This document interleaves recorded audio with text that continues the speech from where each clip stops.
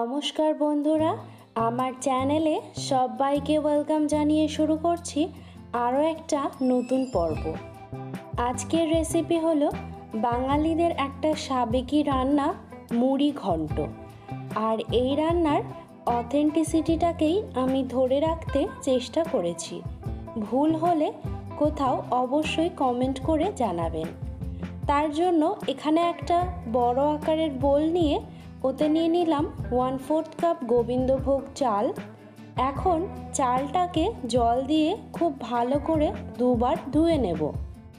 আর যে কোনো সুগন্ধি চাল ঘষে ঘষে বেশি করে ধুয়ে নিলে কিন্তু তার সুগন্ধটাই নষ্ট হয়ে যায়। এবার চালটাকে ধুয়ে নিয়ে 1 কাপ জল অ্যাড করলাম।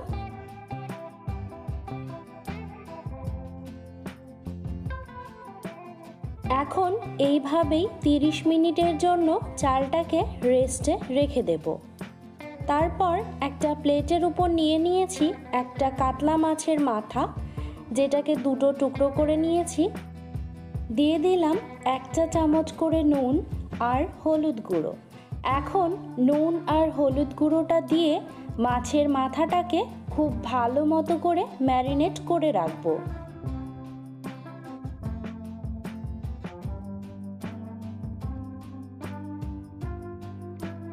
এবারে গ্যাসের চুলায় একটা কড়াই বসিয়ে নিয়েছি।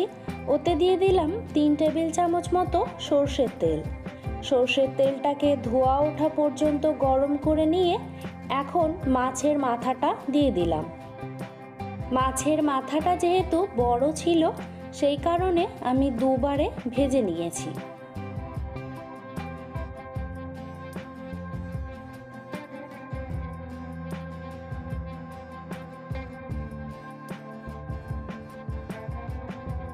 মাছের মাথাটা বেশ কড়া করে ভাজা হয়ে গেছে। এখন এটাকে তুলে নিচ্ছি। এবার ওই তেলের মধ্যে দিয়ে দিলাম একটা বড় আকারের আলু। আলুটাকে কিউব করে কেটে নিয়েছি। আলুটাকেও খুব ভালো মতো করে ভেজে নেব। বেশ সোনালি রং ধরে এসেছে। এখন আলুটাকে তুলে সাইডে সরিয়ে রাখবো। এবারে ওই তেলের মধ্যেই দিয়ে দিলাম একটা বড় আকারের পেঁয়াজ কুচি। পেঁয়াজটাকে হালকা বাদামি রং ধরা পর্যন্ত ভেজে নেব।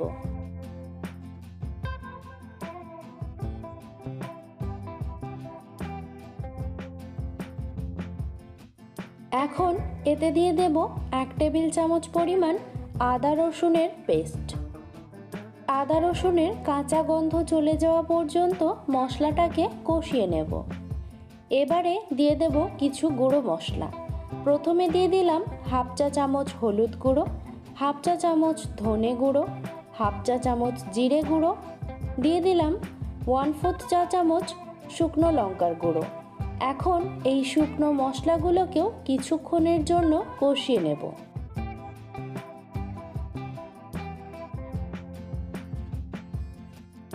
মশলাটা খুব ভালো মতো করে কষানো হয়ে গেলে এখন ওতে দিয়ে দিলাম মিডিয়াম আকারের একটা টমেটোর টুকরো আর বেশ কয়েকটা কাঁচা লঙ্কা। এখানে আমি 5 থেকে 6টা কাঁচা লঙ্কা দিয়েছি। আপনারা টেস্ট অনুযায়ী চেঞ্জ করেও নিতে পারেন। এবারে মশলাটা যাতে না পুড়ে যায় সেই জন্য 1/4 কাপ জল দিলাম। জল দিয়ে মশলাটাকে খুব ভালো মতন করে কষিয়ে নেব। মশলাটা তেল ছেড়ে দিলে এখন এর মধ্যে দিয়ে দেব ভিজিয়ে রেখেছিলাম যে চালটাকে, সেই চালটা। মশলার সাথে চালটাকে এখন 2 থেকে 3 মিনিটের জন্য ভেজে নেব, যতক্ষণ না পর্যন্ত ট্রান্সপারেন্ট হয়ে আসছে চালটা।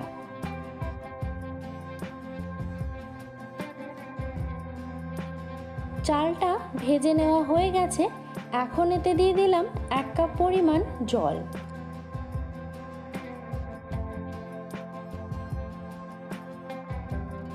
এখন সব কিছুকে খুব ভালো মতো করে একবার মিশিয়ে নেব।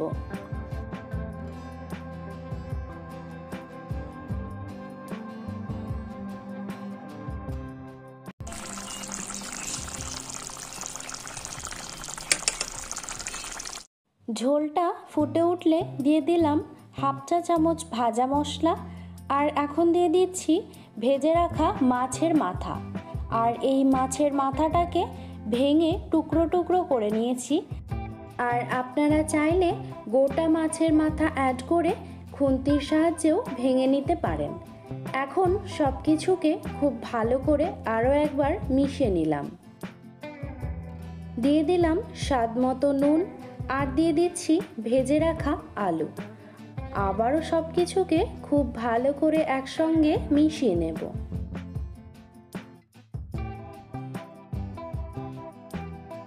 এখন ঢাকনা চাপা দিয়ে 7 থেকে 8 মিনিটের জন্য রান্না করে নেব।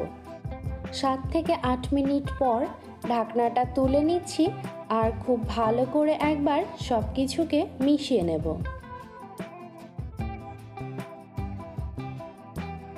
দিয়ে দিলাম 1/4 চা চামচের মতন চিনি। চিনিটা দিয়ে সব কিছুকে আরও একবার খুব ভালোভাবে মিশিয়ে নেব। আবারও ঢাকনা চাপা দিয়ে 7 থেকে 8 মিনিটের জন্য বা চালটা ফুললি কুকড হওয়া পর্যন্ত রান্না করে নেব।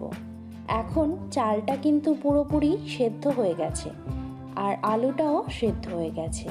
একটু নাড়াচাড়া করে দিয়ে দিলাম 1 চা চামচের মতন ঘি, আর দিয়ে দিলাম হাফ চা চামচ ভাজা মশলা।